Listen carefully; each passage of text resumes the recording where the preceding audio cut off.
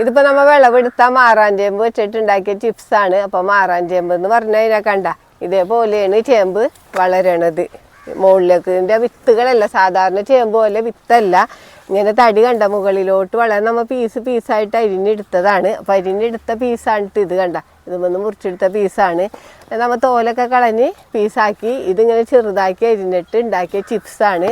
നല്ല ക്രിസ്പി ആയിട്ടുള്ള ചിപ്സാണ് കണ്ട, നല്ല ക്രിസ്പിയാണ് കണ്ട. നമുക്കപ്പോൾ ഒരു കൊച്ചു പീസ്, ഇതുപോലത്തെ ഒരു കൊച്ചു പീസ് കൊണ്ടാണ് ഇത്രയും നമുക്ക് ചിപ്സ് കിട്ടിയേക്കണത്. അപ്പം നമുക്കിപ്പോൾ ഈ മാറാഞ്ചേമ്പ് നട്ട് പിടിപ്പിച്ച് കഴിഞ്ഞാൽ നമുക്ക് കറി വെക്കുക, പുഴുങ്ങി കഴിക്കുക. അതേപോലെ തന്നെ നമുക്ക് ഇതേപോലെ ചിപ്സും ഉണ്ടാക്കുക. ഇഷ്ടം പോലെ കിട്ടുകയും ചെയ്യും. ഒരു തൈ ഉണ്ടെങ്കിൽ തന്നെ കണ്ട ഇതേപോലെ തൈകൾ വരും നട്ട് കഴിഞ്ഞ് കഴിഞ്ഞാൽ. പിന്നെ ഈ പീസും നട്ട് കൊടുക്കുക. അപ്പോൾ ഈ തൈ നട്ട് കഴിഞ്ഞ് നമ്മളിപ്പോൾ ഒരു 1.5 വർഷം എത്തിയ തൈയാണ്. 1.5 വർഷം വേണം നമുക്ക് ഇതേപോലെ ഇത്രയായി കിട്ടാനായിട്ട്. അപ്പോൾ നമ്മൾ ഇതേപോലെ ആകുമ്പോൾ മുറിച്ചെടുത്തിട്ട് നമുക്ക് ഇതേപോലത്തെ ഇതൊക്കെ ഉണ്ടാക്കാം. അപ്പോൾ എല്ലാവരും മാറാഞ്ചേമ്പിൻ്റെ തൈകളൊക്കെ മേടിക്കാൻ കിട്ടും. മാറാഞ്ചേമ്പൊക്കെ എല്ലാവരും വീട്ടിൽ വെച്ച് പിടിപ്പിക്കണം.